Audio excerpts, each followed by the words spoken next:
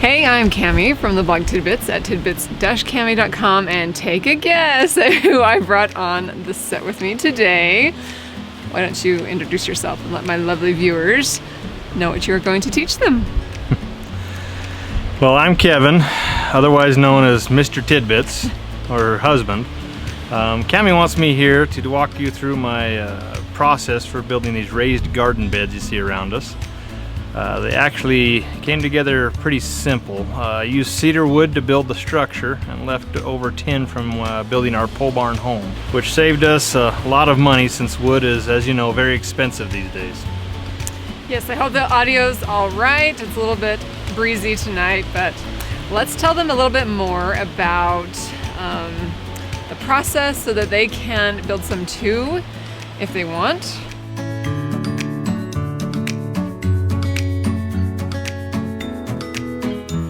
With the warmer weather upon us, he just gets so excited to work outside. So I kind of have to put my indoor projects on pause a little and kind of let you focus out here. Being a brand new home on 25 acres, we still have almost no landscaping since our priority has just been getting the inside a little more comfortable. But we both really wanted to get a little garden spot going for fresh food, but also mostly just get our kids involved in gardening and have that educational experience for them. Yeah, I still have tons of excavator work to do to level out the land around the home and build some retaining walls, but we thought this spot on the side of the house would be perfect to fill with some raised garden beds. I built them waist high, so planting, weeding, and harvesting would be easier on our backs. We built 6 of them. One for each member of the family to enjoy and care for themselves. Yep, it has been so much fun to get the kids involved. We actually let them pick what seeds and plants they wanted. We got them like these little fairy garden sets and like a barnyard set for actually Easter, knowing that we would want them to do this. It's been an absolute pleasure to see them enjoy this process and kind of just get excited about gardening with us. So now let's talk them through the supplies that you used. Why don't you tell them first about the wood? Yeah, after walking around Lowe's and Home Depot for a while, we decided to use cedar wood. As we all know, the cost of wood is very inflated right now. But we found that this cedar was actually the cheaper option. It's cheaper than pine. And cedar has many benefits, including being bacterial and fungal resistant. It's also coefficient, which means even on hot days it stays cool, which is better for plants. And also there's the natural oils in cedar that help the wood stay preserved a lot longer than other woods. So you can buy treated wood, but we were worried that with those chemicals they treat those with, it would seep into the soil and into the food, and so we didn't go that route. Yeah, so well, what would you say was the cost of the wood for one garden bed? Just the wood, it came up to right around $95 each one.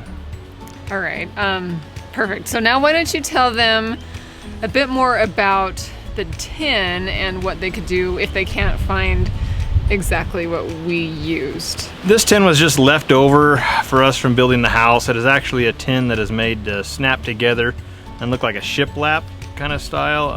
Yeah, it's really cute. Yeah, we were going to use it on the exterior by the rafters of the house, but then you changed your mind and wanted to carry on the board and batten all the way up. And, yes, I am entitled to do that. I am a woman. So if people can't find this exact kind of tin, they could really use any type of tin siding.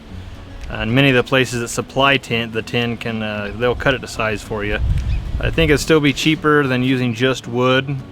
The sheets of tin are about $20 each. Yeah, that's crazy.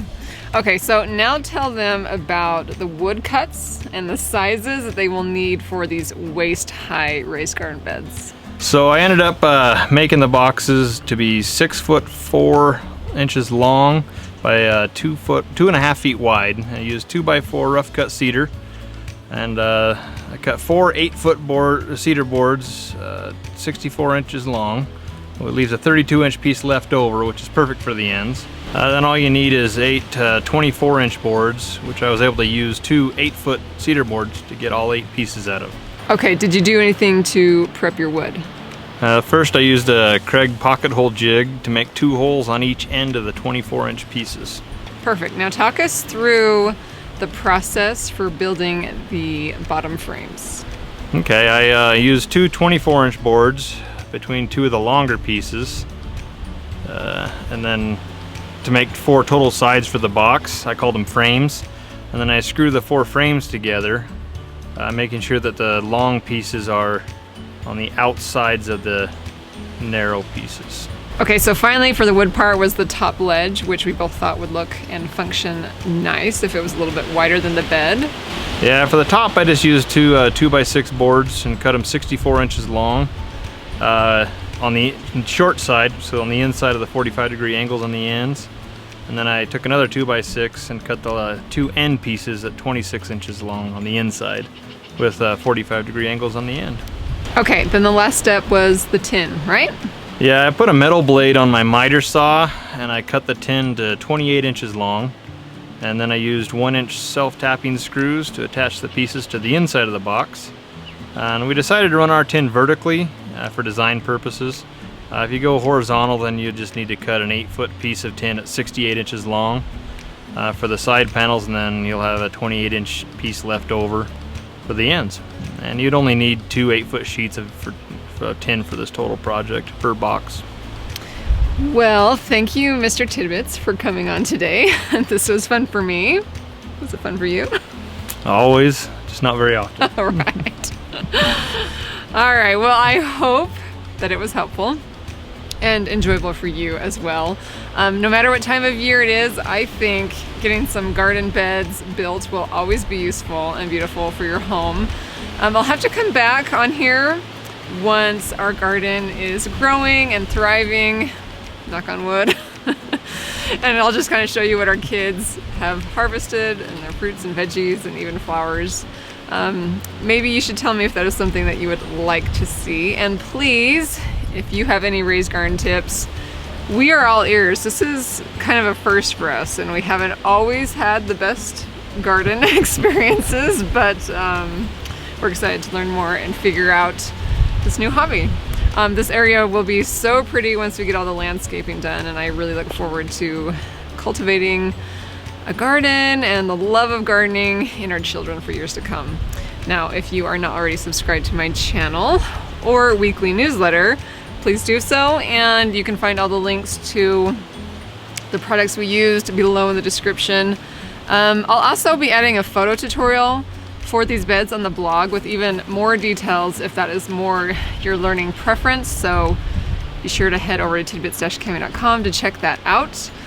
I might add, this may be the first time he was on video with me for a tutorial, but he has helped me a ton with a lot of woodworking projects on the blog, like our garage cabinets.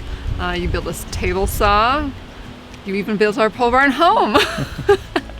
You're so dang handy. My readers sometimes comment that they're jealous that they don't have a Mr. Tidbits. Anyway, all right, I'll wrap this up before it gets too sappy. Be sure to come on back as we just celebrate the art of homemaking and inspire you with more inspiration for do-it-yourself living. Maybe I should let you say that. You want to say that? Say, come on back for more inspiration for do-it-yourself living. Come on back for more inspiration for do-it-yourself living. There we go.